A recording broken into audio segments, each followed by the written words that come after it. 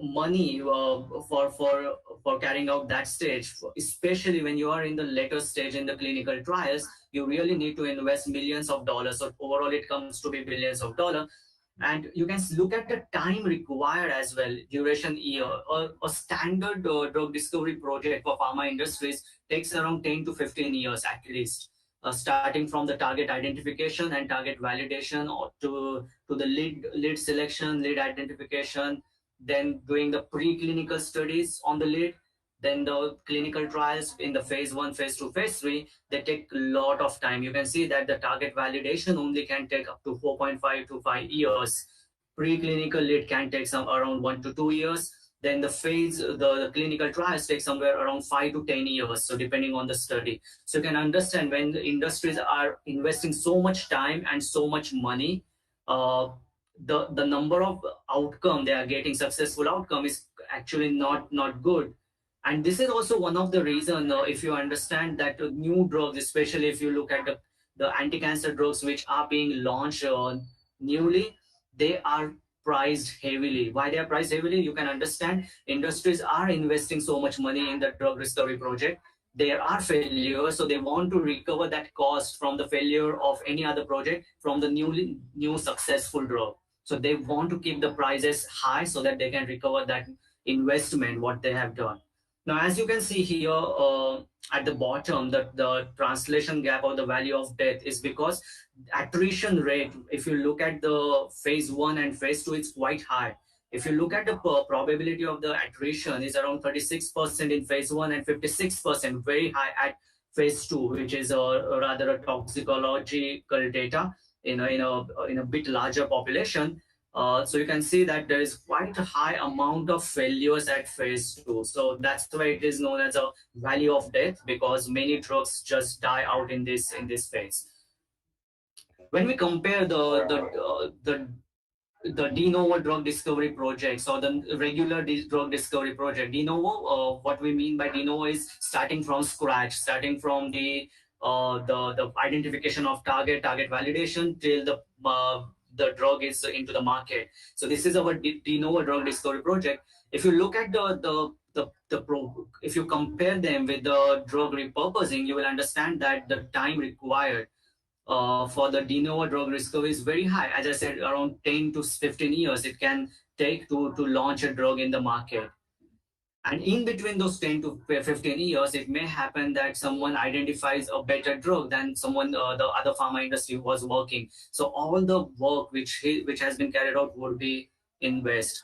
So when we carry out the drug repurposing, you can see that you're actually going to start directly after the clinical trials, and what you're going to do is just try to identify the compound which are already in the market, studying the different targets using different tools, which we are going to discuss later on. So that would take around 1 to 2 years. Then target ID and validation, we really don't have to do, because the targets, we are going to use the known targets generally in the drug repurposing. There can be some cases where when you do the drug repurposing, you may have to identify newer targets. So it may take around 0 to 2 years, depending on if the target is validated or not. Then in the clinical studies, we are going to save a lot of time, owing to that phase 1 and phase 2, which are very important for the toxicity profile of drugs, are already known. So what we would be looking at is the phase 3 only, which is the efficacy of the drug in a larger population. So again here you can see that we are going to save a lot of time. Instead of doing clinical research for 7 to 8 years or around 10 years, the clinical studies can shorten to around 1 to 6 years. And followed by the registration, it may take the similar time, just like the new drug. So you can understand that when we do the drug repurposing, there are a lot of advantages, like you have reduced drug cost, reduced time. There is no safety concern, because the drug has already gone through the phase 1 and phase 2 clinical trials, toxicity profiling, and the chances of failure in clinics are also quite less. We are going to have a look at the examples later on where the drug repurposing did fail due to some reason in the clinical trials. So it is not 100% foolproof process, the drug repurposing, that is going to give us the 100% success, but the chances, if when we compare it with the drug discovery project, they are going to be quite high. Okay, just a moment.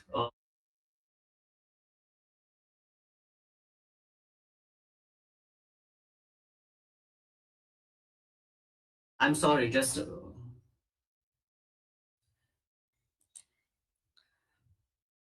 am I audible? Sorry, I had muted in between.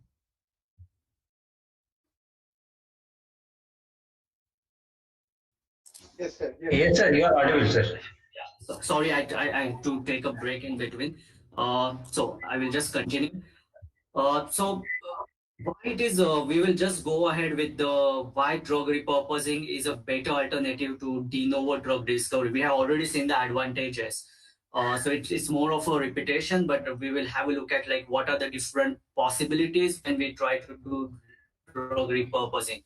So we know that the de novo drug discovery route is now struggling. Why it is struggling? I already told you, because it involves so much investment and the iteration rates are very high, or the failure rates are very high, and it is a very difficult model to really sustain for a long period of time due to the amount of investment involved. And if you know that from India's point of view, there are very hardly any pharma industries who are doing a real de novo drug discovery. Most of the industries in India, they are doing a contract research type of drug discovery. There are very few industries which are involved in any de novo drug discovery project. These are the industries, big industries, pharma industries from either Europe or USA or Japan, which are involved in real drug, de novo drug discovery, and they are also struggling to really sustain this model. And therefore, there is a need to have a better model which can help us to identify new drug molecules. This has led to search for the new model to accelerate the delivery of treatments to the clinic. And the one of the model, or the one of the mode which we can use, is the drug repurposing. So what are the possibilities of drug repurposing? Either we can start with the existing generic drugs. Generic drugs are the non-branded drug, like for example, aspirin or paracetamol. These are the easiest examples, which are generic drugs and sold by many companies. And these are available on the market for more than one existing illness. Then you have the current branded compounds. These branded compounds are sold by particular pharma industries who hold a patent for such molecule, and these are available in the market but remain protected by intellectual property, as I said, because the parent company who is selling these compounds, they hold a patent for such molecules, and it becomes a bit difficult as compared to work on the existing generic drugs. I'm going to talk on that in some time. And then lastly, we have the other alternative with the help of shelved compounds. These are the compound libraries which pharmaceutical industries are really not using, but these libraries, the compound libraries, were used once upon time for the drug discovery project. But they do have this library lying in their storage, and such libraries can prove to be safe, and maybe such libraries have been tested in humans and were found to be safe but did not prove efficacious. As I said, this would be more in the drug rescue part of the drug repurposing. But these are the three avenues, I mean, three opportunities which can be used to carry out drug repurposing. So again, what are the advantages of drug repurposing? Let me try to summarize with the help of this picture here. So first of all, the most important advantage of drug repurposing is that it is very fast, it is cheap, it is very good for rare diseases. So as I said, I'm going to discuss one few case studies on that, and you will understand why it is a very good way to find out new drug molecules for the rare or neglected diseases. This drug discovery or the drug repurposing or repositioning does not involve de novo discovery. So we are going to save a lot of time and a lot of investment. Generally, in drug repurposing, one works on the known pathways of action. So we do not waste time or money in identification of newer targets or validation of such target, which takes a lot of time. So it is going to save a lot of time as well as investment. And also, because we are going to work on the known pathways, there would be few ideas or evidences already available for the repurposing candidates. So we know some information on such drug molecules. It becomes a very easy task for to work on such molecules.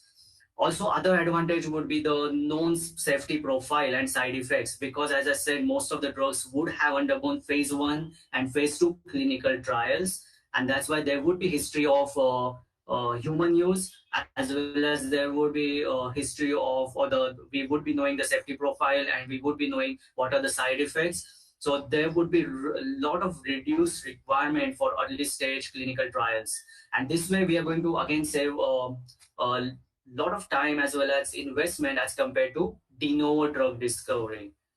So these are the advantages of drug repurposing. So what are the approaches? So as I said, we have three avenues available. Either we can use the drugs which are generic drugs, we can use branded drugs, or we can use the drug libraries which are available, which are off the shelves, which are available with the pharma industries. But when we use one of the avenues, these three avenues, there could be two different approaches when we carry out drug repurposing. Now, the first approach is on-target approach. So where we just try to find out the new use for the drug acting on the same target. So here we are not going to change the target of the drug. The drug would be known, the target would be known, but what we are going to do here is we are going to use it for the new disease. So only the difference would be we are going to find out a new application for the drug and the target, which is already well established. How we do it, it can be done through the literature, transcriptomics, or the GWAS. GWAS is nothing but the genome-wide association studies. These genome-wide association studies helps us to identify the genetic association with the diseases with respect to the drug, as well as the mutations or the genetic information we have. So in this case, the positive feature is that it is likely to be compatible with the dosing of the original drug, because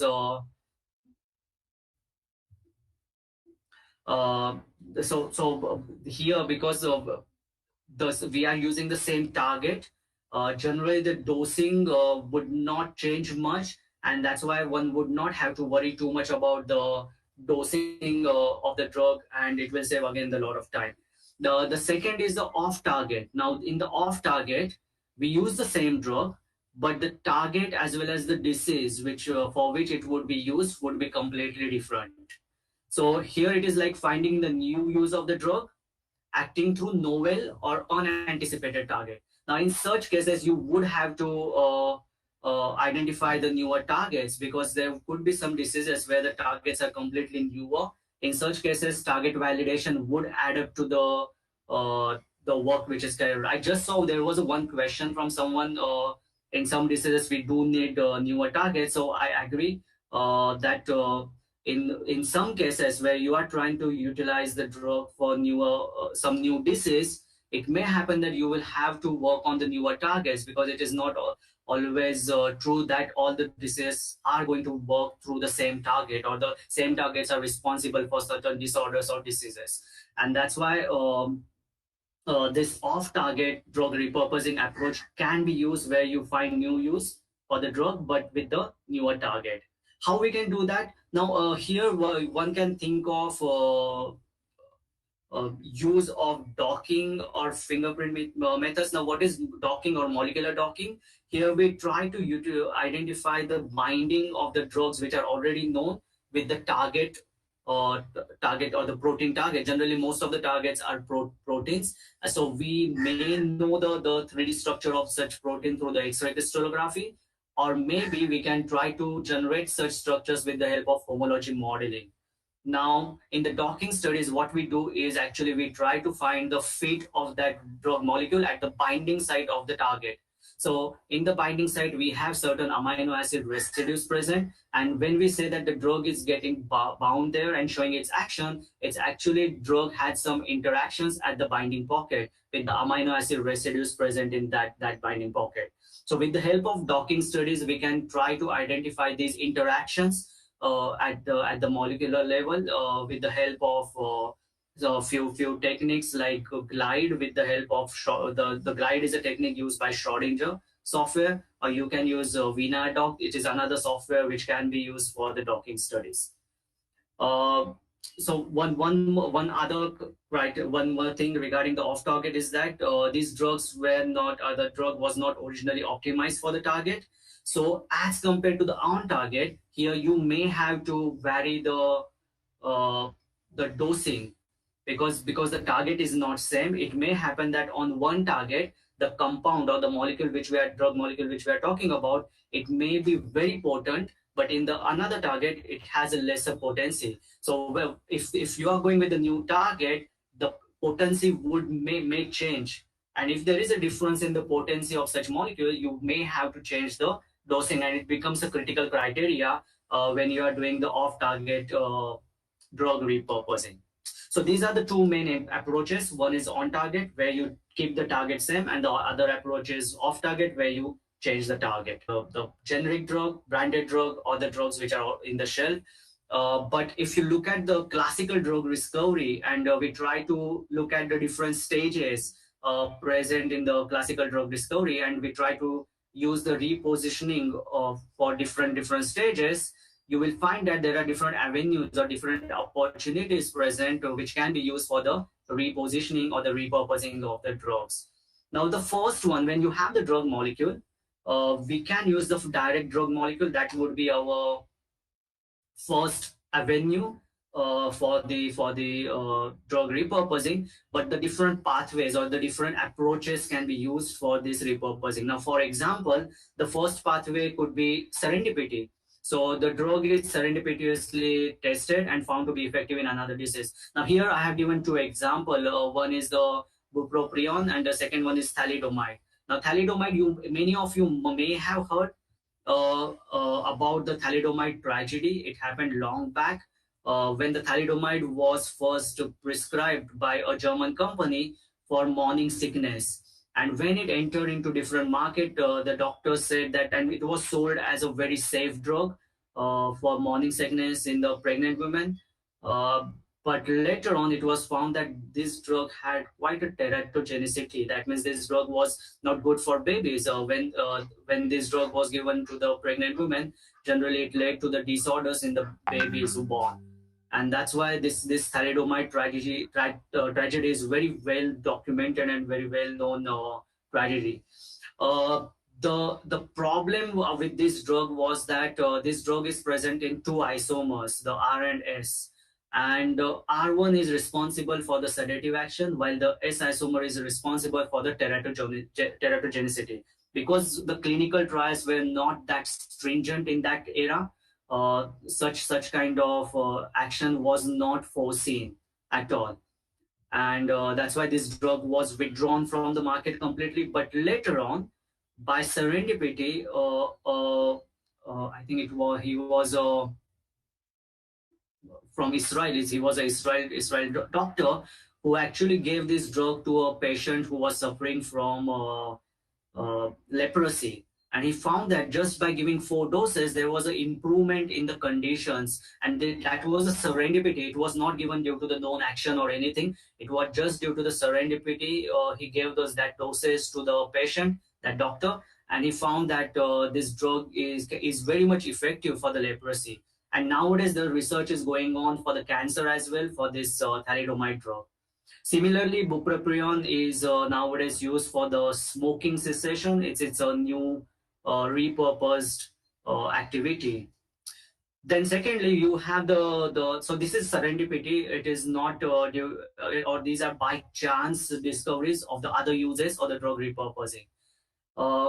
The part 2, if you have the known drug, is that the drug is found to have novel activity. So the drug which you had identified for certain activity, it may have some different activity as well, which was not earlier studied well.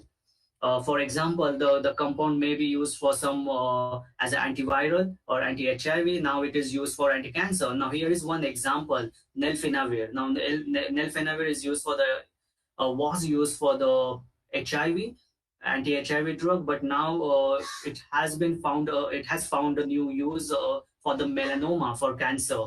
So you can see that the same drug now can be used for the treating cancer.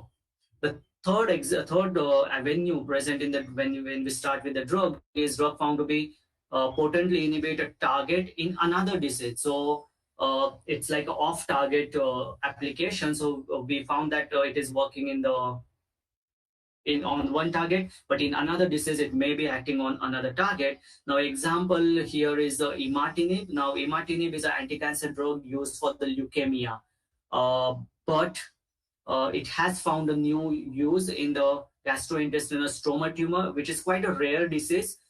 So you can understand that because for the GIST or the gastrointestinal stroma tumor, there was no drug, a good cure available, but imatinib, which was actually effective in leukemia, has now found a good use in the gastrointestinal stroma tumor. There is other examples, sunitinib also. These are tyrosine kinase inhibitor actually, and because kinase inhibitors can act on off-target kinases, uh, that could be the reason that it was successful in treating GIST or the gastrointestinal stroma tumor. Now, the next avenue when we talk about the classical drug discovery is the target. Now, the protein is found to be important in the target in another disease. Now, this is like the on-target application of drug repurposing. The target is same, but the diseases are different. Now, here is one example of crizotinib or everolimus. These drugs can be used for the same target, but for the different conditions or different diseases. Or the next avenue can be the pathway. In certain cases, the pathways involved in the drug action can be found to be important in other diseases. Here, example is duloxetine. And lastly, in certain cases, the side effect of the original drug can also be used for treating other conditions. Now, here is very interesting example, two interesting example. One is sildenafil, which is Viagra, and the second one is minoxidil. Now, minoxidil was in reality was prescribed for hypertension, but it was found that this minoxidil has a side effect of hair growth. So on the body, there was excessive hair growth when minoxidil was given. And that's why it was found that this drug can be used for hair loss. And now it is available for the topical use, which can be used on the scalp for growing hairs. And it is quite commonly available in the drug stores. So minoxidil or the sildenafil, these are great examples where the side effects of the original drugs were utilized for the application or for the repurposing for the another disease or another condition. So these are the different avenues which can be used for drug repurposing. So how you identify these drug repurposing avenues? So there would be different methodologies by which you can identify these different drug repurposing avenues. The first one is serendipity. Now, we have already discussed the example of serendipity. So the traditionally repurposing has been driven by serendipity. If you look at the old examples, like even if I take aspirin, or we have seen just now seen example of thalidomide, the most of the repurposed drug were actually found by serendipity or clinical insight due to their clinical use. I have given the same example here again, thalidomide for leprosy. Now, the second approach or the second way you can try to identify these avenues is screening compound libraries. Now, as I said, many pharma industries, they have large amount of libraries ready with them, which have been used for certain drug discovery project, but now they are not useful. So they just store it in the storehouse and they keep it as a compound libraries. These compound libraries now can be screened for certain different diseases or conditions with the different targets. So this is more of an experimental approach where you will test the multiple different drugs with the aim of finding some of the molecules with a positive impact on the target biological pathway. So here it is, as I said, we are going to test the compounds in the either in vitro or in vivo assays to check their effectiveness. Uh, so generally here the high content screening is used, which allows testing of multiple drugs at the same time using the same system while measuring different multiple outcomes. So this is very one of the widely used technique for carrying out drug repurposing. And generally, the selection of the compound screened can be focused on the target biological pathway for reducing the number of compounds used. So what I mean here is that when you are trying to find out a drug repurposed or the find out the application of old drugs for the new conditions, it is better to know the pathway which is involved, biological pathway or the targets which can be used for the new indication or the new disease. So if we know such targets or pathways are known, we are going to reduce the number of compounds because we already know on what kind of targets such drugs or such compounds were effective. So this is one approach can be used to identify the drug repurposing avenues. The third one, which is quite a new approach because nowadays this is the approach used widely, which is literature mining or with the use of computational tools with the databases. Now, this approach can be as simple as just searching for a word in the database. For example, you can use the PubMed, and in the PubMed you can search for certain keywords with respect to the either drug or the condition, and the results you get then can be utilized to correlate it with the possibilities of using such molecules for the new condition. So as I said, it can be simple as searching for a word in the database or use of artificial intelligence, which is the very upcoming field, to infer connections between otherwise unconnected studies. Because when you go to the PubMed or any other literature databases, you will find that all the articles or the publications are not really connected. Let's say I am publishing on certain, I have synthesized few molecules, I have done the pharmacological testing or the cell biology of that, and I have published that study. But someone else have worked on same molecule, but for certain different assays or certain different conditions, certain different targets. But these two publications are not really connected. So when you get this literature, one can actually connect these, try to find out the connections with the help of either machine learning or the artificial intelligence to really find out can we use such molecules for the newer target or new condition. So the PubMed, if you look at it, it has more than 28 million citations or the publications for biomedical literature from Medline, life science journals, and as well as online books. So it is a huge database which can be used for the purpose of drug repurposing. And what this approach does is it seeks to extract as much relevant information from this huge body of science as possible. So we are not going to waste time in doing the studies which are already reported. We are going to use those reported studies. So there are a lot of softwares available or the algorithm available or even the websites available, which are the tools. I'm going to discuss about these tools, and I'm going to give a small list of tools which can be used to do such studies or the literature mining. So as you can see in the chart down here, like let's say I have a drug Y. For this drug Y, there are publications for which few side effects have been reported in certain publication. And I have another condition for which the mechanisms have been published in another publications. So I can try to connect these dots between different publications and try to identify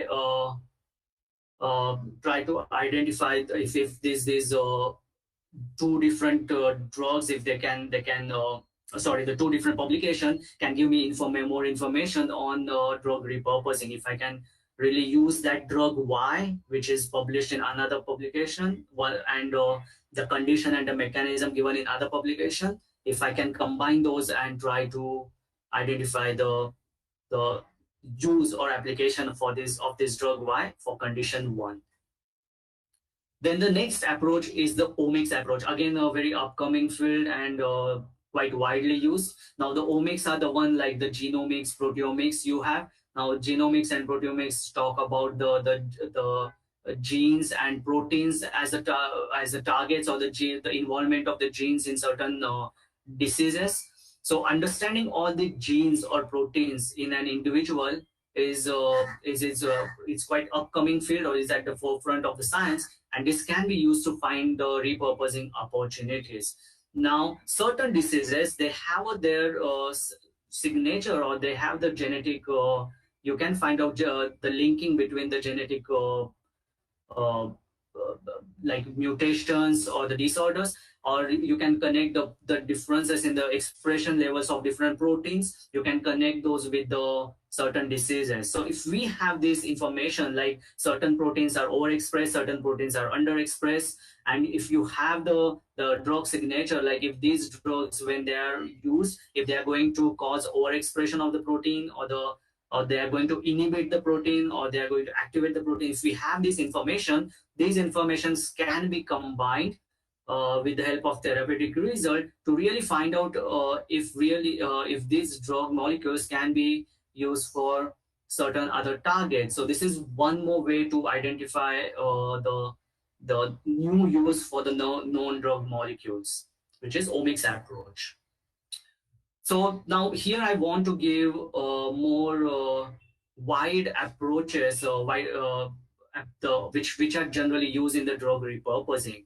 So these approaches, as we have seen earlier as well, can be divided into two different classes. Either computational approaches, the one which are given in blue. So if you have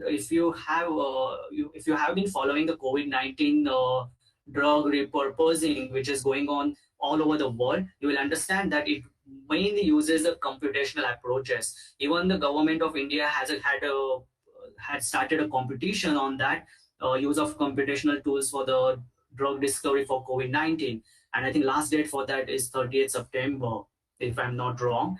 So you can understand that for the drug repurposing, the most widely used techniques are the approaches or the computational techniques, while there are some approaches which are experimental approaches, which are also important for the drug repurposing. So let's have a look at what are these different approaches.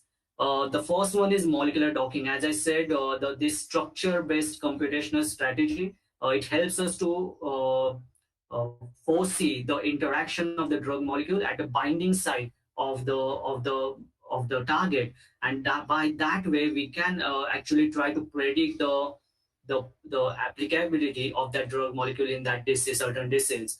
So here actually what we do is we predict the binding site complementarity between the drug ligand, like it can be a drug molecule, and the therapeutic target, which are generally proteins. The second approach is the genetic association, which is nothing but GWAS. As I said, it's a genome-wide association study.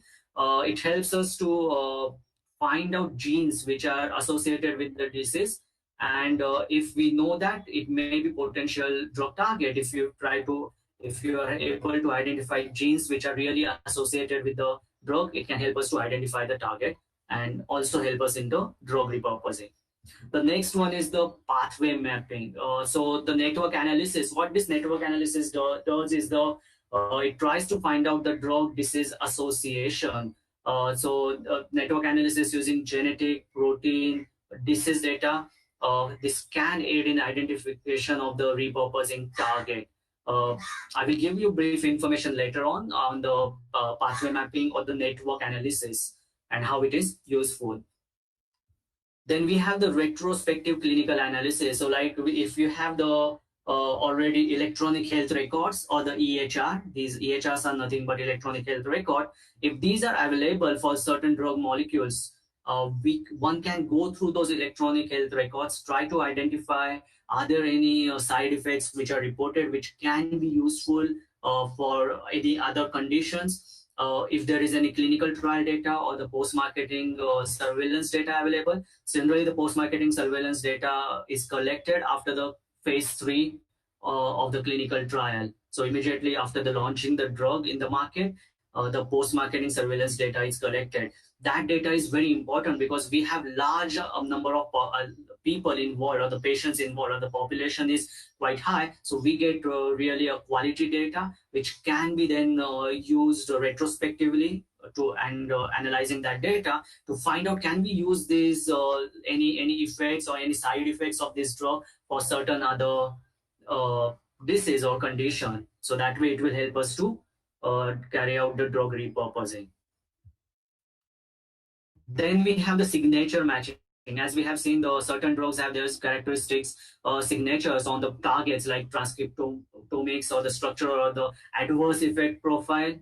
And if we try to match that with other drug or the other disease phenotype, if those signatures are matching with the other target or the other disease, in such cases, the drug repurposing becomes quite easier.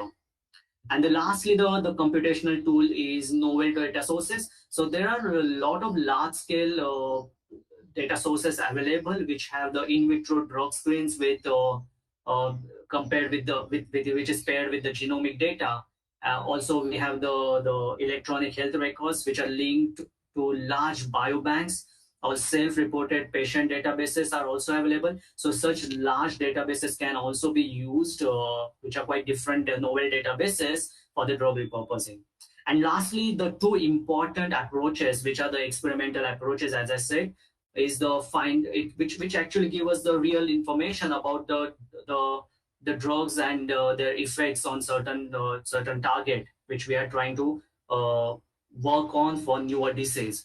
So like we have the binding assays to identify relevant target interaction. So that would be the really impractical. So it's not just the computational or the predictional. It would be a experimental evidence for the possibility of drug repurposing. So here the techniques such as affinity chromatography can be used, or the mass spectroscan can be used to identify novel targets for the drugs.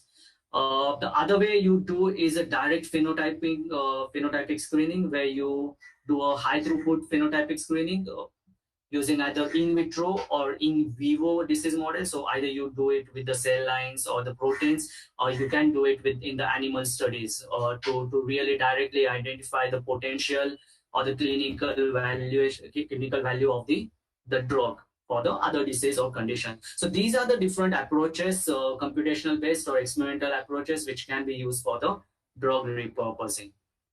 Now we have talked about the different approaches with respect to the technologies which can be used. But these approaches can be also be based on either if it is a drug centric, that means you are taking the drug and then you are trying to use the properties of the drug and then apply those for the new condition or disease, or those can be disease centric, target centric, or clinical outcome centric. I have given here a few examples. I'm not going to go through these all, but like in drug centric, the fields can be, you have the off label. Now off label are the off-label use is nothing but which has not been really proved completely, or it doesn't have the authorization for that particular use. So it had some disadvantage with the off-label repurposing, because we do not know if it would lead to some toxicity or some side effects. So this generally the method involved here is the blinded serendipity, and the approach generally is a clinical decision. So we have seen the example of the thalidomide. It was a serendipity and the clinical decision. That means the doctor was the one who found out that the drug is really effective. Then you have the phenotype screen, which can be either blinded screening or the target-based screening. Generally, the method uses the high throughput screening or the HCS. Then you have the chemical structure based. So it uses the target based chemoinformatics, like we use the molecular modeling or molecular docking. Like these are the in silico screening methods. And then you have the drug-drug interaction, clinical trials data, approved drug adverse events. All these are drug centric. So we are using the drug molecule as the starting point for the drug repurposing. Or you can have a target centric. I'm sorry. In the target centric, you generally look at the targets, which so you are going to have your focus on the targets, and here you're going to look at the pathways, omics data, genetic data, or combination of the omics and genetic data. And generally, it involves a lot of bioinformatics or the network biology, and we study disease mechanism or the GWAS, which is genome-wide association study, or disease pathway. In the disease centric, we are going to more focus on the disease. So it would be again the omics, drug omics data, or the disease drug omics data. And it again involves a lot of bioinformatics. The next one is clinical outcome centric. So generally we focus on the clinical outcome of one drug, and then we try to apprehend, or we try to find out that can we use those outcomes or the clinical outcomes of one drug for the other disease. So again, this involves the drugs or omics pathways, everything, and generally it is based on the target mechanism or the disease pathway networks. So, and again, patient reportage is also one approach which can be used in the drug discovery, or the drug repurposing. Now, here is one. This is not the only methodology, but it is quite a general process of drug repurposing, where generally what we do is we create a virtual library. You may have a physical library of drugs available, but initially you can create a virtual library, and these virtual libraries can be then screened with the virtual screen with the help of molecular docking, or some other chemoinformatic tools. You can try to screen these compounds, and once you have screened this compound, you can take those selected molecules from this virtual screen and go for the biomolecular screen. Or if you have earlier physical library, you can directly go for the biomolecular screen. In some cases, you may want to go for the new target, or finding new target activity, and then you confirm the clinical effect of these new drugs or the new molecules which you have identified. Not the new molecules, new application of these known drug molecules which are available. And you generally do not do the phase 1 clinical trial or phase 2A clinical trial, because these drugs would have undergone already such clinical trials. So the next thing would be to carry out phase 2B and phase 3 clinical trials, and if everything is the outcome is positive, you will get repurposed drug.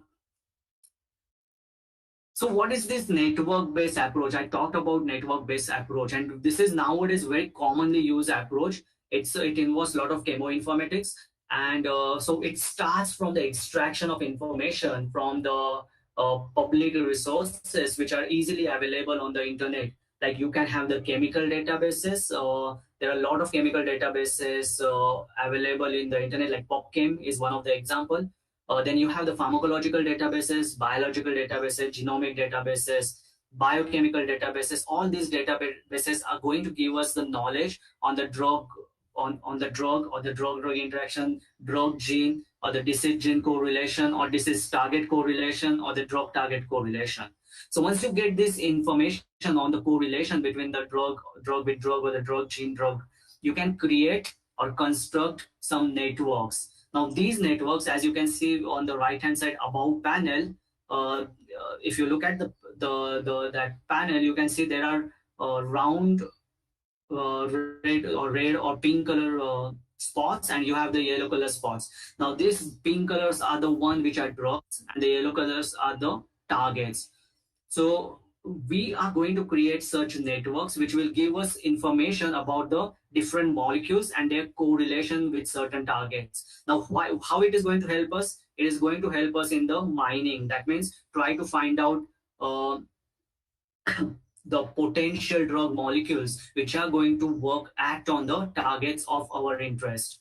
Now, this is quite widely used in the drug repurposing, and there are several softwares or the tools available which can help us to generate such networks.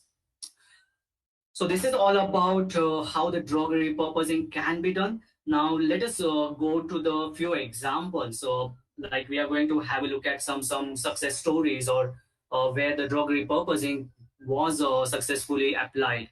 Now, if you look at aspirin, everyone knows acetyl salicylic acid.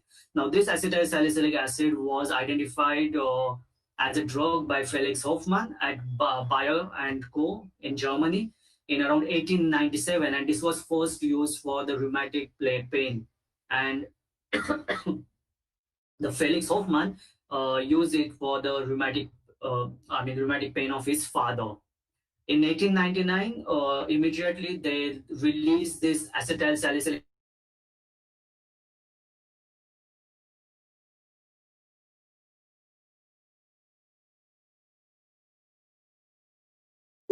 and This conference will now be recorded. 1948, which is quite later on. Just give me a moment. I'm sorry.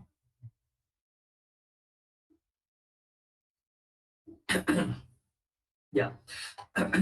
In 1948, it was Dr. Lawrence who made the clinical observation in around 400 patients that when he administered this acetyl salicylic acid or aspirin, uh, this patient did not have, they did not suffer from any heart attack. So later on, nowadays, even if you must be knowing that aspirin is generally, if patient gets a heart attack, the aspirin is immediately given.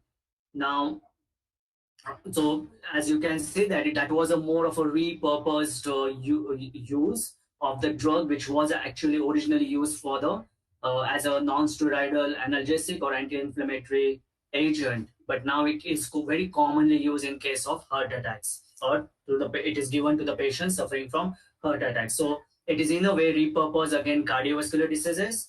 And in very recent years, there have been a few studies which shows that the aspirin can also help in the cancer prevention. It is still in the clinical trials, these studies, but you can see that aspirin is such a simple drug like aspirin, acetylsalicylic acid, has so many applications, repurposed applications. The second drug which I would like to discuss is thalidomide. Thalidomide, which was first marketed in 1957. I have given you a brief idea about thalidomide, that it is present in two forms. One is R and the second is S isomer. The R one is the responsible for sedative action, while S is teratogenic. That means it causes deformities in the babies. So this drug led to a lot of defects in the babies.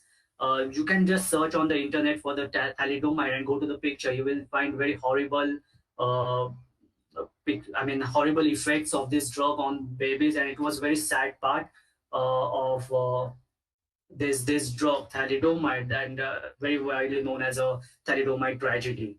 But later on, around in 1964, Dr. Jakob Sheskin, he was a dermatologist from Israel, and he was working with leprosy.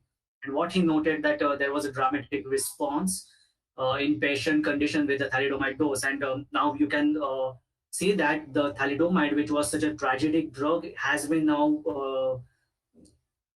repurposed for a number of cancers, including multiple myeloma, graft versus host disease, a number of skin conditions, including complications of leprosy. So the drug, you can see that, can be repurposed for different diseases. One more, again, important example, which almost everyone knows, which is Viagra or the sildenafil. Now, the sildenafil was developed by Pfizer in 1990 for hypertension and angina, but it was observed that during the clinical trials, it has a side effect.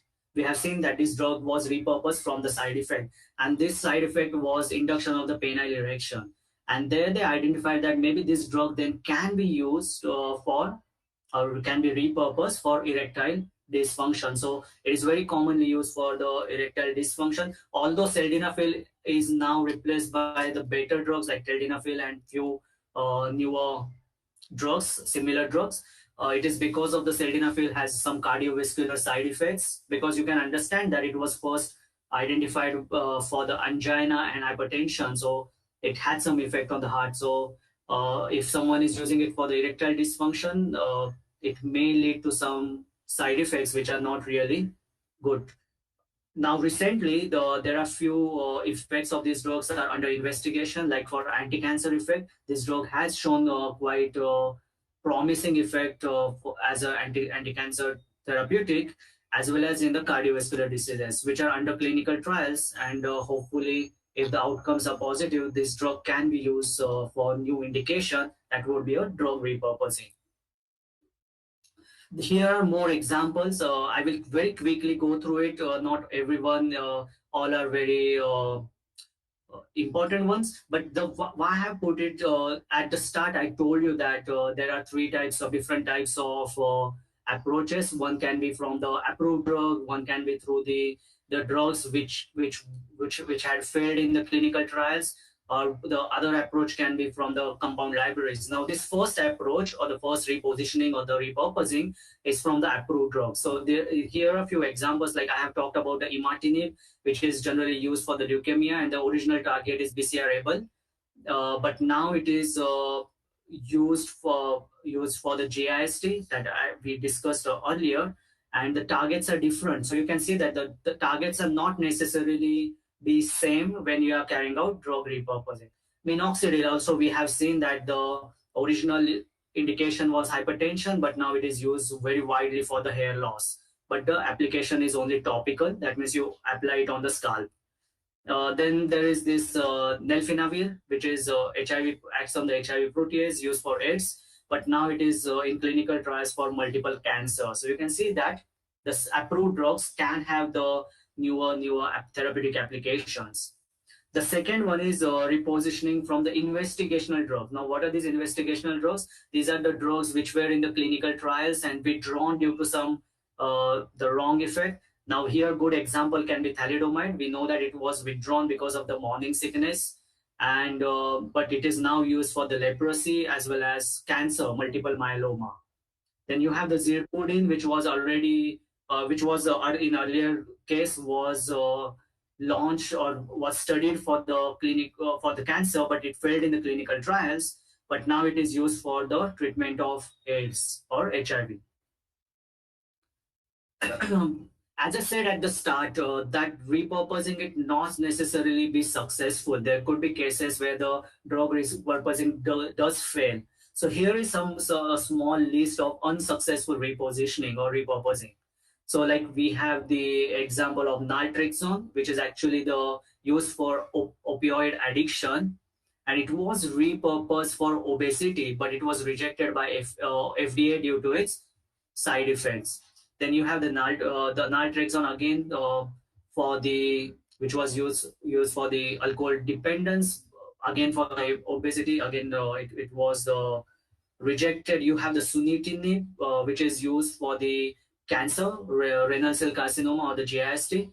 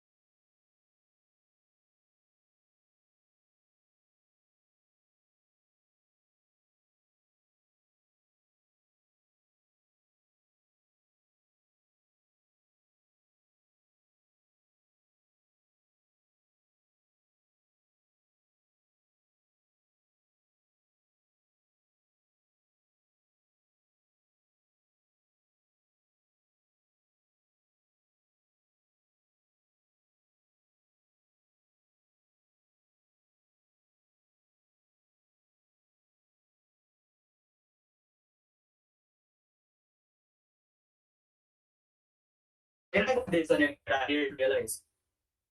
अभी हो गया है ना? Okay, okay. Okay, okay, okay. I didn't realize that I have got disconnected. Sorry. So, am I? Okay, okay.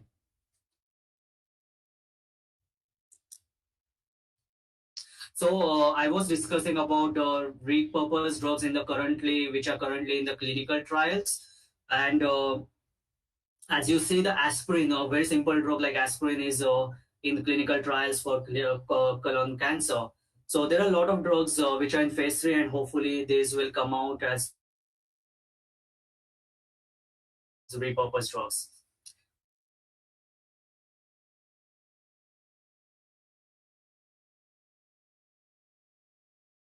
What are the challenges as you look at the title of my first, what are the opportunities as well as challenges? Now this is like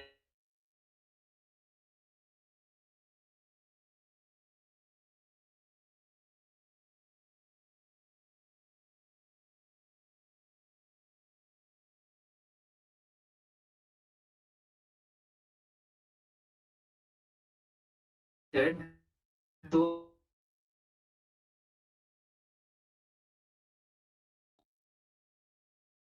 am I audible everyone? I've just changed the network.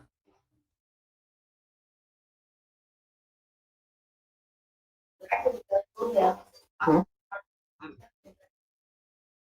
Yeah, okay, thank you.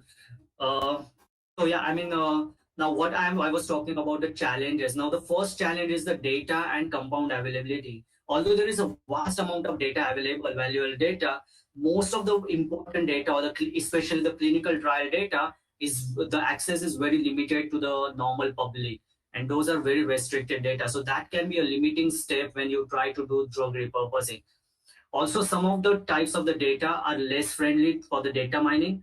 They are not in the proper format, which can be easily used for interpretation of data. There could be some data which can be in the form of images, so the manipulation or the to integrate and to get the data, extract the data could be difficult if you have the images. And some data are offered, as I said, in the non-standardized formats, and in such cases it really becomes difficult to work on such data. That is one of the challenge when you try to do drug repurposing. Also, some pharmaceutical companies are not really inclined to give their chemical library. As I said, one of the approach can be to use the chemical libraries which are available with the pharma industries, especially the failed drugs. But pharma industries are not very inclined towards giving such drugs for repurposing research or to carry out such studies. Um and that's why it will restrict the really the availability of the data as well as compound for drug repurposing. The second important limitation or the challenge is the intellectual property rights. Most of the drugs which are the branded drugs, as I said, they would be currently in the clinical trial, sorry, they're currently patented. And if they are currently patented, the rights to use these drugs would be with the patentee. And it becomes very challenging to convince patentee, because not all pharma industries or the patentees would be really keen to give away their drugs for drug repurposing. Because let's say I take a drug which is already in the patent and I try to repurpose it. After repurposing, obviously, I would try to claim that I have found the new application from this drug, so I would want to have the the the share in its profit. But obviously, the original pharma industry, they would not be really keen, and that's why the one of the challenges to convince the patentee. Also, because some of the drugs would be already in the market, all the data is already known, the most of the information in the public domain. To patent such repurposed drug again for the monetary benefit would be really challenging. It would be the patentability is one of the biggest challenge faced by drug repurposing, because all the most of the information about these drugs is already available in public domain. Also, because it's a drug repurposing, there is a diminished incentives just due to the intellectual property. It, as I said, it cannot be patented. If it is not patented, the incentives are reduced, because all the pharma industries now can sell that drug. They can formulate that and they can sell this drug, because it can know is different. In case of off-label use, I told you that off-label use can be risky, because there is a lower evidence of efficacy, no monitoring of safety. There is no authorized studies done on such drugs, so off-label repurposing is a bit risky. Then you have the clinical trial cost. although we are cutting down on most of the de novo drug discovery, we still have to carry out clinical trials. So they are not really cheap. They also involve a lot of money. So one of the challenges again the clinical trial cost for the drug repurposing, and lastly lack of interest in big pharma. Most of the big pharma industries, although it could be really interesting for the drug repurposing, but due to the intellectual property limitations, they are not really interested in such drug repurposing projects. So these are some of the challenges in the drug repurposing. Uh, Now let's have a look at what are the opportunities for drug repurposing. So let's say if someone wants to work in the drug repurposing, what are the opportunities or what are the fields where one can work? The first opportunity is the rare and neglected disease. As I said, rare and neglected diseases are the one for which no pharma industry is interested in identifying or carrying out drug discovery project uh, for helping people, because the number of population affected is very small and they cannot, such projects cannot be economically favorable. So generally economics for developing drugs are very unfavorable when you have rare diseases. So in such cases, academics and non-for-profit organization can play a predominant role in the drug discovery process. Now, one of the example I can tell you is the Drugs for Neglected Disease Initiative, DNDI, which works for the neglected diseases, and they have a quite good portfolio of repurposed drugs which are undergoing clinical trials. Uh, DNDI is the one which works for several drug discovery on the several drug discovery projects, as well as drug repurposing for different neglected tropical diseases. They have their presence also in India. I am also working in collaboration with DNDI for leishmaniasis, which is also one of the neglected diseases in India, and Kala Azar, if you have heard about. So they have a small presence in India. In terms of some open source network projects, like I am also involved with them, and there are few Indian institutes like IIT Gandhinagar is also involved in these projects by Drugs for Neglected Disease Initiative. Uh, One of their success is the very recent success is the launch of fexinidazole drug. It is the first oral only drug with the potential for treating advanced stage sleeping sickness. Now, this sleeping sickness is nothing but a trypanosomiasis. Is due to a small insect which generally found in the Africa, and there was no prominent cure available for sleeping sickness. But this is the first drug approved in 30 years, and this was biggest success of drugs for neglected disease initiative, or DNDI.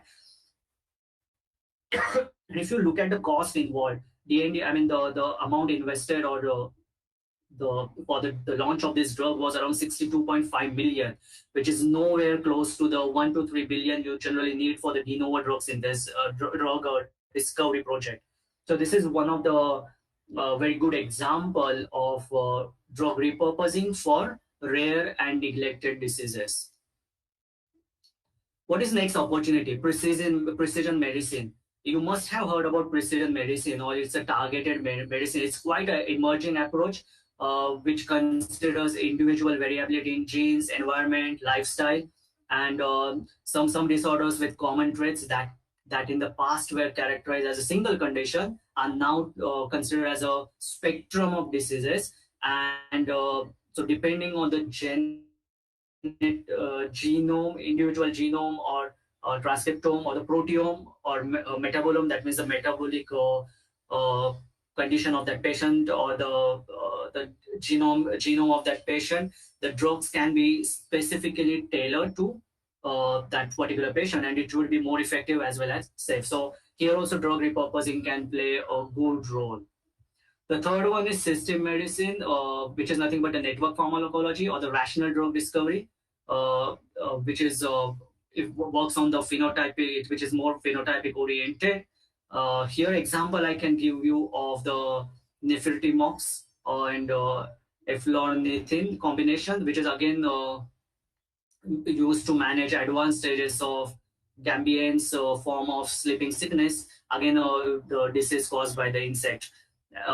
So this eflornithine was initially developed for cancer treatment in 1970s, and nifurtimox was originally approved for the treatment of American trypanosomiasis. again due to the small insects. So you can see that the same drug can or the combination can be used for the sleeping sickness. So system medicine is one more opportunity. Now, lastly, the collaborative model. This is the one of the opportunity in drug repurposing to have collaboration between the pharmaceutical companies and academicians. So as I said, I am also working in collaboration with DNDI, and DNDI has launched a new project which involves a small number of academicians as well as a few industries are also involved.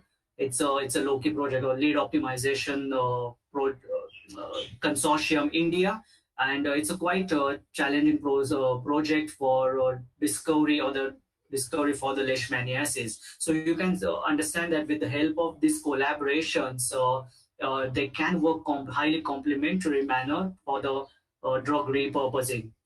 Uh, why pharma companies? Because these companies have a high valuable chemical libraries. They have large number of libraries, tens of thousands of compounds they are lying there, and maybe they also have the shared drugs which they are not working on. So such compounds or the drugs can be repurposed with the help of academicians. So why academicians? Because academicians have the valuable knowledge on the emerging areas of the disease biology, and the pharmaceutical industries, they have the library as well as they have technologies which are generally not available in academic institutions. So this is one model which can be used, or the opportunity which can be used for the drug repurposing. Now I'm going to take a small case study which is of neglected. I'm going to take I think two small case study. I hope there is a time, right? Is there any time constraint?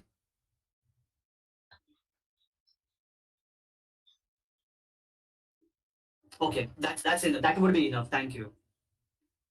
So what I'm going to discuss is just two important case studies. One is the repurposing for neglected diseases, and the second would be for the COVID-19, because you know that the COVID-19 is one of the latest thing where the high drug repurposing is the keyword which everyone must be hearing about. A lot of drugs which are already known, they are being uh, tested or investigated for treating COVID-19.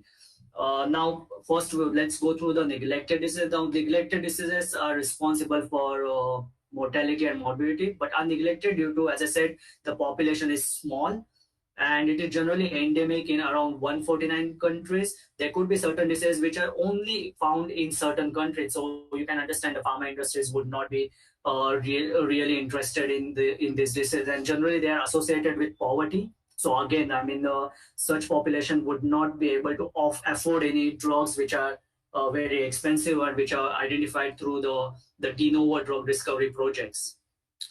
As per the WHO, there are different strategies, but one of the strategy is important drug strategies, drug repurposing. So I will just skip through it quickly. These are uh, the neglected tropical diseases like due to the protozoa, viruses, elements, bacteria. Some of the important are the Chagas disease, leishmaniasis I have talked about, or human African trypanosomiasis. These are some of the neglected tropical diseases. So what is leishmaniasis? It's a parasitic infection and causative agent is a leishmania parasite, and there are different types of leishmaniasis like cutaneous leishmaniasis, mucosal or visceral leishmaniasis. Now, leishmaniasis you can find in the only some of the states of India like Bihar, and I think in West Bengal to some extent it can be found. Leishmaniasis, and only small amount of population, which is generally a poor population, they are affected by uh, why poor population. Generally it is the causative agent or the main thing which is responsible is the hygiene, and so hygiene is one of the criteria which is responsible for this parasitic infection. I will skip through the symptoms because this you can find out on internet quite easily, but I will move to is the repurposing and why repurposing was needed. Now, the conventional anti-leishmanial therapy is pentavalent antimonies, like you have the sodium stibogluconate or the meglomine antimoniate. But there are limitations because it's oral bioavailability of this combination is very bad. There are quite strong side effects. There is a drug resistance in, and even the drugs are not very cheap, and there is a quite high cost involved. And that's why there is quite a need for finding alternative solutions. So I'm going to discuss few of the drugs which were repurposed. This is first one is the miltesofin, which was repurposed since 1990s. It was an anti-cancer drug, but now it is used for the leishmaniasis. The advantage is that it's a patient compliant since it is an orally active drug. There are a few limitations, like it shows the teratogenicity, quite expensive treatment, as well as leishmanial drug resistance is also seen. The second one is the paramomycin.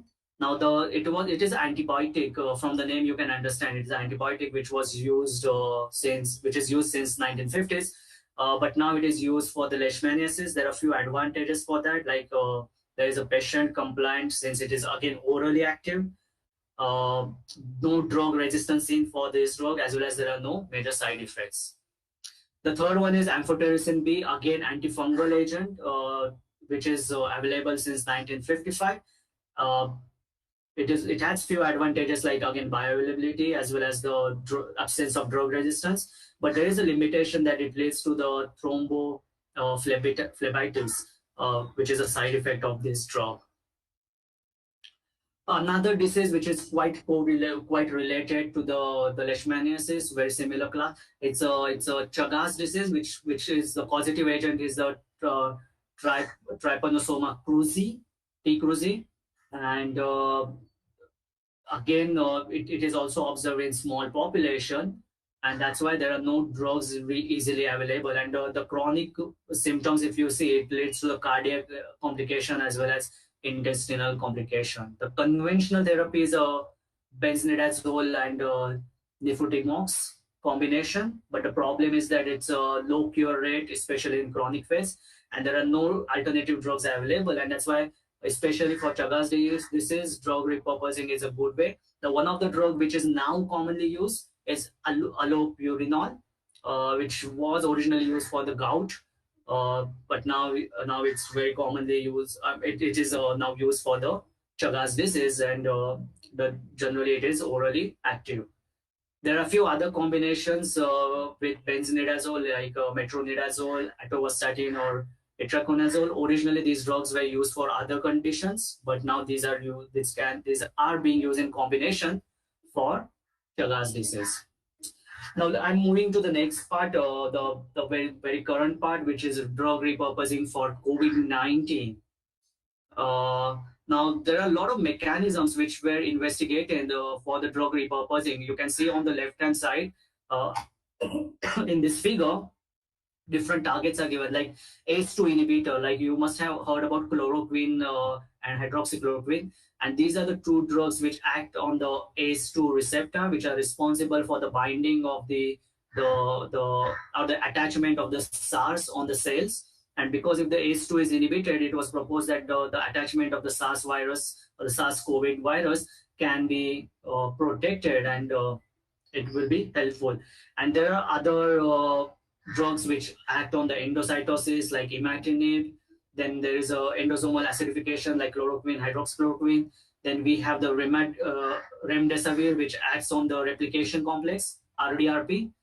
Then we have the favipiravir. Now this remdesivir you must have heard quite often. There were other drugs which were also studied, like cyclosporine A, which again acts on the replication complex as well as on the calcineurin and fat pathway. Very important was also the 3CL Pro and PL Pro, which are responsible for, which are the proteolysis proteins. Like the drug which were studied were lopinavir or ritonavir. Even the disulfiram was studied. So you can see that there were a lot of different targets which were investigated for the effectiveness of different drugs which are already available for other conditions, but it was checked if these drugs can be repurposed for COVID-19 treatment. Now, as you must be knowing, many drugs have really were not really successful. Earlier, it was told that these drugs are showing some effectiveness.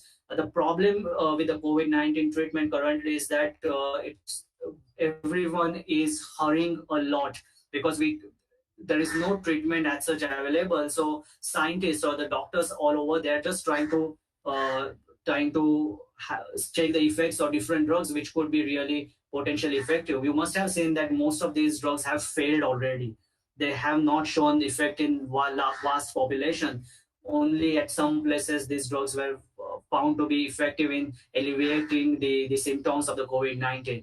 Uh, so what are the approaches which were used for this drug repurposing? Some of the approaches used were network-based approach, which I said that the network-based approach helps us to identify, correlate the drugs and diseases and the targets, which helps us to filter out the drug molecules which can be used for the or which can be tested for the treatment.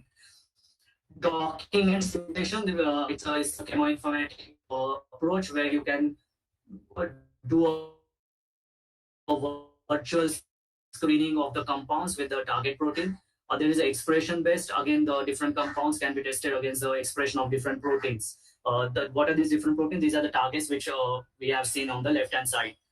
And there could be the practical approach like drug proposed by the in vitro protein binding screen. So directly you can screen this molecule against different proteins. Uh, so these are again the same things. I had put that different approaches in the expanded form. So you can see the lastly the docking study. It involves different steps like first the modeling. If the target structure is not known, then you go for the virtual screening, and then you do the molecular dynamic simulation to find out the interaction of that drug molecule at the binding site of the target protein.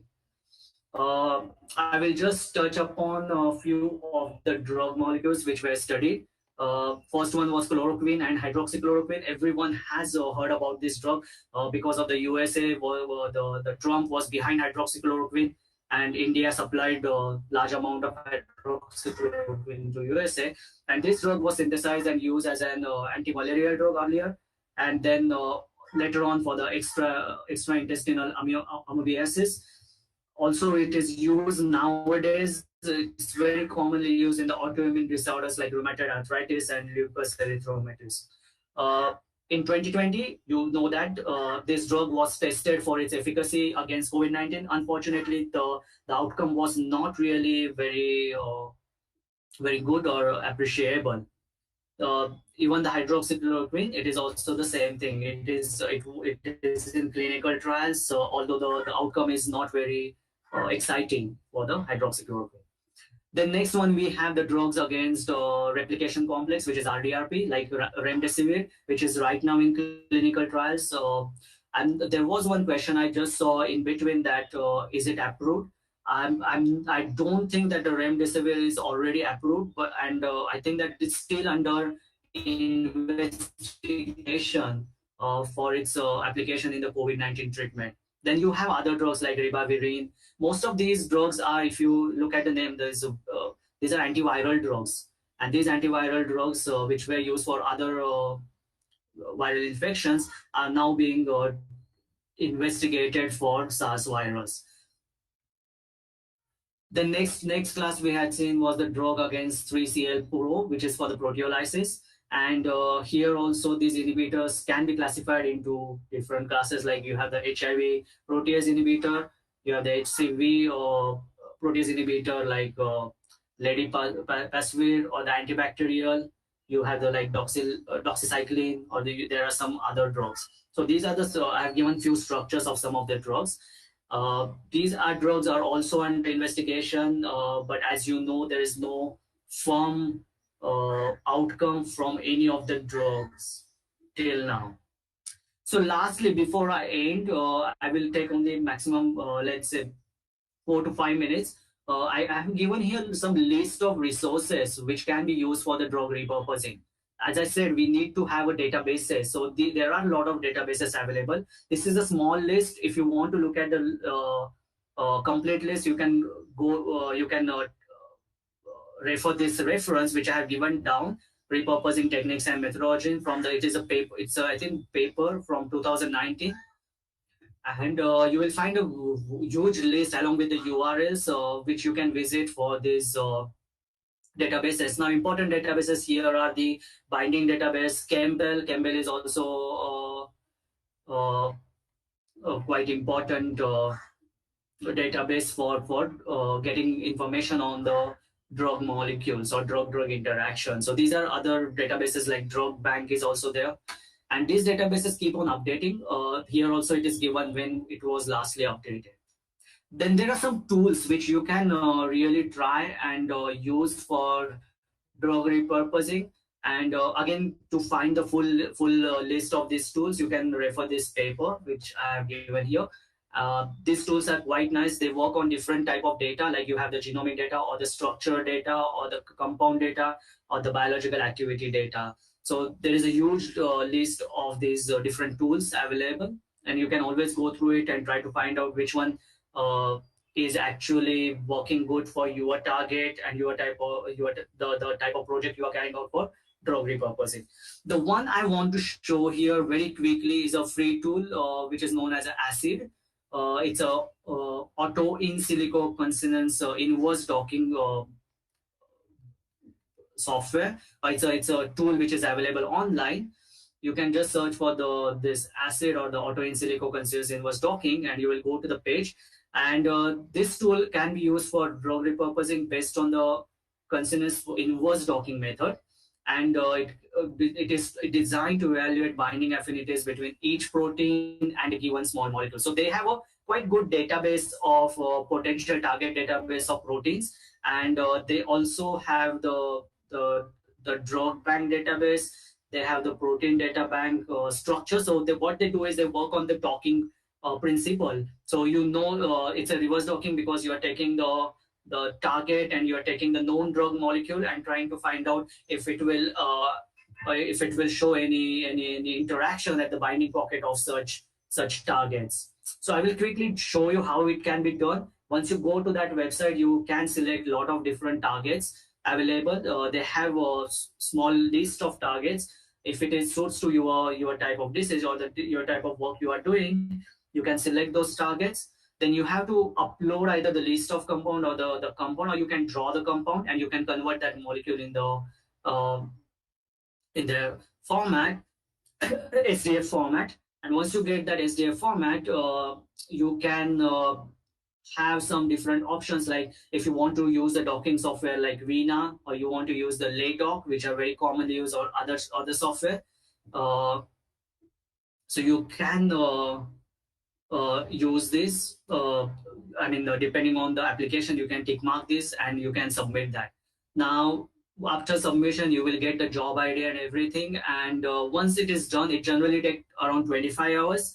So instead of showing aspirin, I'm showing you another molecule. You can see that you get the list of the docking scores. Now the docking score, lower the docking score, better is the fit. So you can go through the list and try to find out with which protein the compound is showing the lower docking score. That means there are higher interaction. And if you want to go in further details, you can also look at the interactions with certain protein. Now, for example, here I have expanded on the right hand side. You can see that it has around dock score of minus 7.57. And it also gives you important information like what are the function of that protein, what are the biological processes involved in that protein. So you may get idea where your drug would be effective, and can you use it as for the drug repurposing. So finally, I will end with the summarizing that globally there are numerous diseases without suitable therapeutic option. So we need to rapidly identify drug molecules, and with the rapidly advancing understanding of human genome, human biology, increasing pool of active compound, this is quite doable. And the drug repurposing is actually very promising, cost-effective methodology. And I would say that the drug repurposing is the way ahead for faster and safer new therapeutics. With this, I would like to end my talk. And these are the institutes with whom I am working in collaboration. IIT Gandhinagar, University of Bonn, Germany, and these are the funding agencies. Like we get funding from the DSD Sub and Drugs for Neglected Disease initiative, as I said, we have a collaboration for the lead optimization consortium India project, as well as for the open synthesis network. So with this, I would like to thank everyone for patiently hearing, and I would be now open for the questions. Thank you. Thank you, sir. It was a very informative talk. Sir, if you can see the chat box, the questions are Yes. there.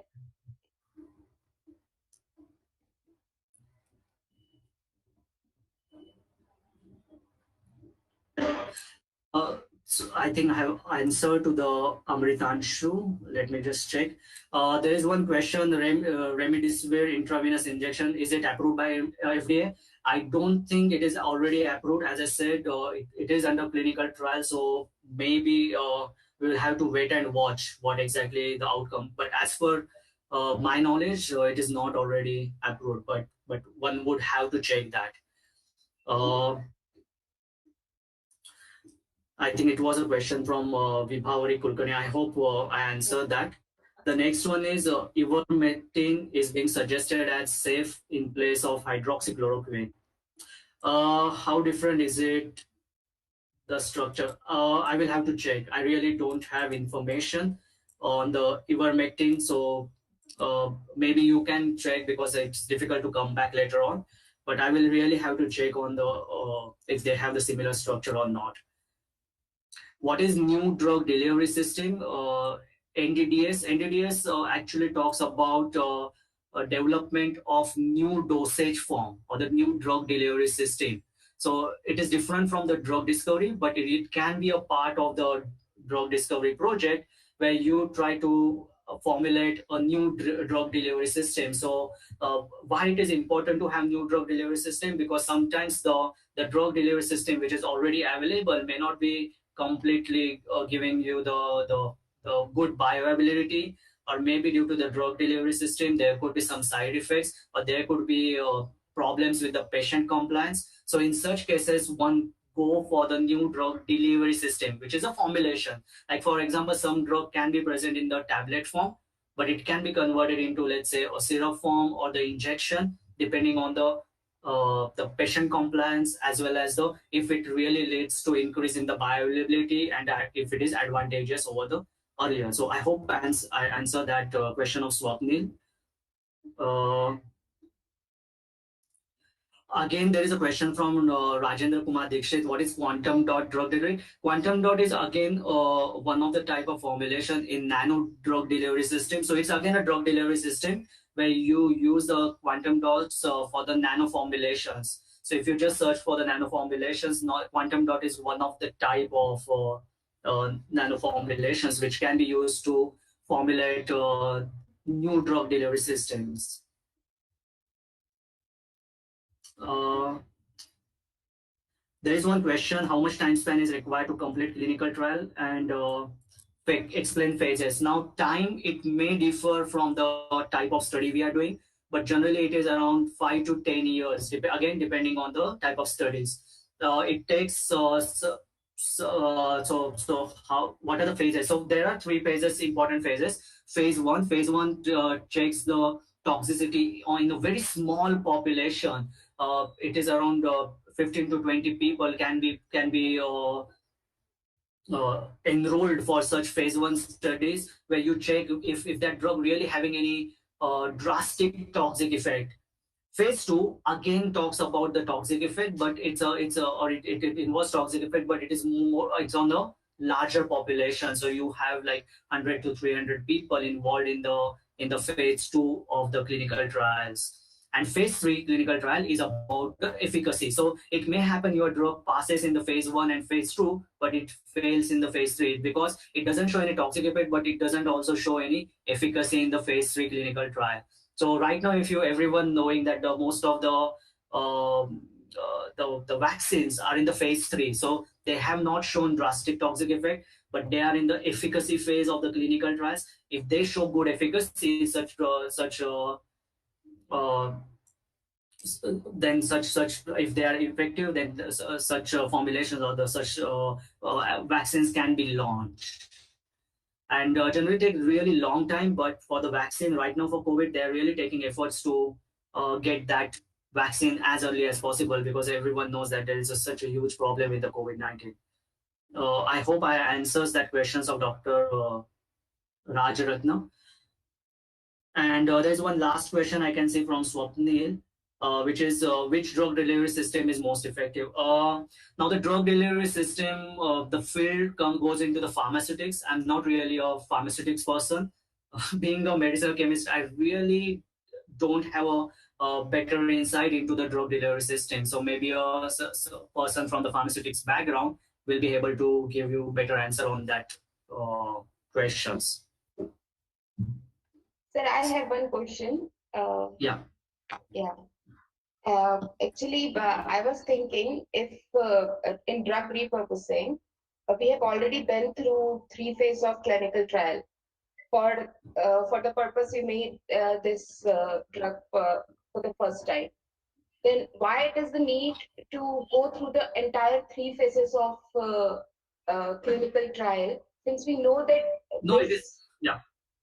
yeah this drug is Yeah. Sorry. not a Please go ahead. no yeah if you get the question, please answer that. Yes. So for the drug repurposing, it is really not necessary to go through all the three clinical trials until and unless you are not changing the dose and target completely. So if the target is different and you're changing the dose, if the dose is same, no problem, you do not have to do the toxicity profiling, but you will have to do the phase 3. Why you have to do the phase 2b and 3? Because phase 2b, the late phase 2 as well as the phase 3 involves the efficacy testing. So those phases, Okay. but phase 1 you may not have to do, but if you change the dose drastically, then in such cases you will have to go through the phase 1 to check the toxic effect of the higher dose. Okay. And But how will you if you are decide the keeping the dose, dosage? it is decided based on the potency. So based on the animal preclinical studies. So there would be some preclinical studies you will have to do to determine the effectiveness in the animal models. And if you see that okay, the dose for the earlier one or the earlier indication was different, and for this indication you need a higher dose or lower dose. That way you can decide the dosing through the preclinical studies. Okay. Thank you, sir. Thank you. Anyone has any other question?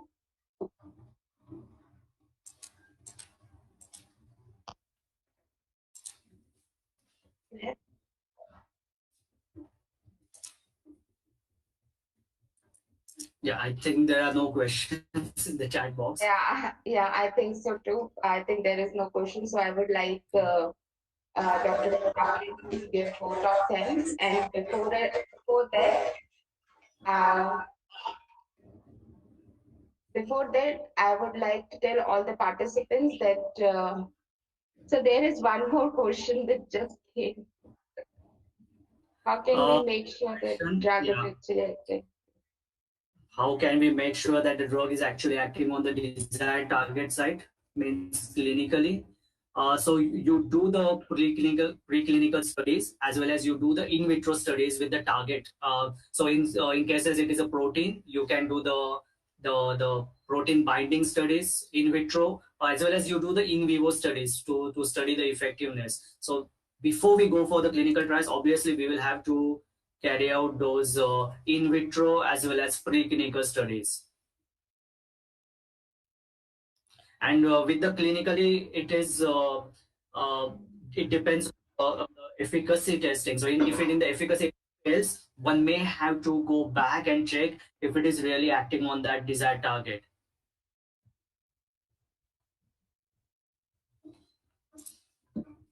So yeah, I think we can move on to vote of thanks. And before that, I would like to tell all the participants that next session will start around will start at 2 o'clock. Please come and join us around 1:50 to 1:55. And the feedback form will be posted in the chat box at the end of the afternoon session. Now I would request Dr. Pratap Reddy to please give vote of thanks.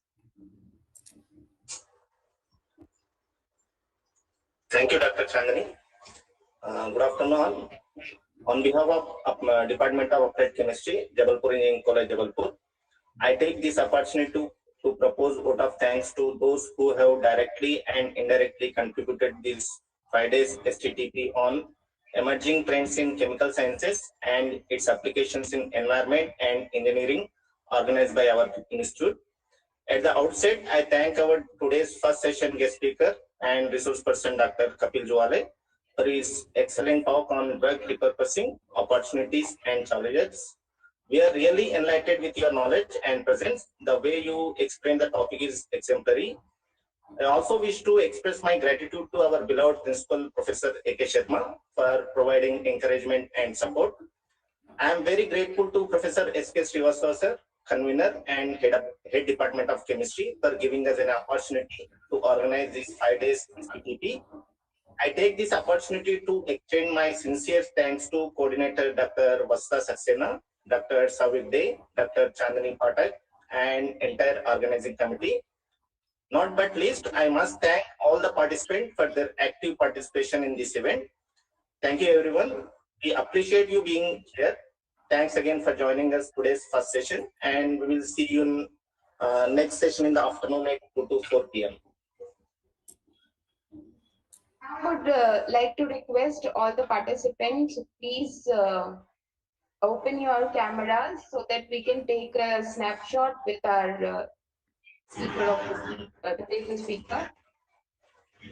Sir, Kapil sir, can you stop presenting so that we can take a photo? Yeah, I've stopped it. Yeah, thank you, sir.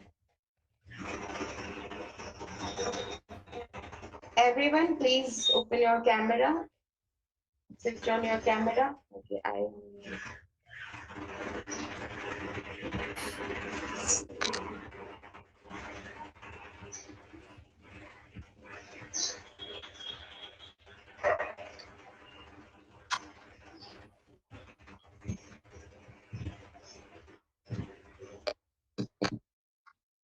thank you.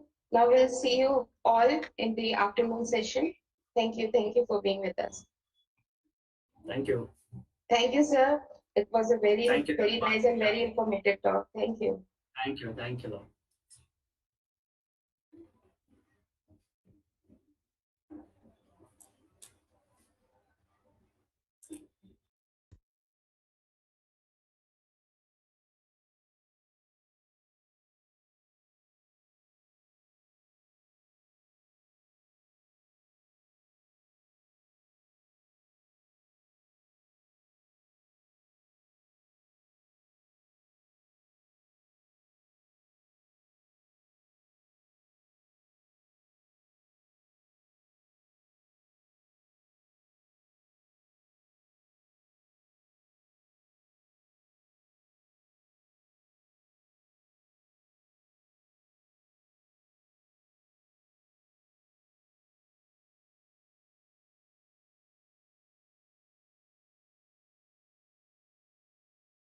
This conference is no longer being recorded.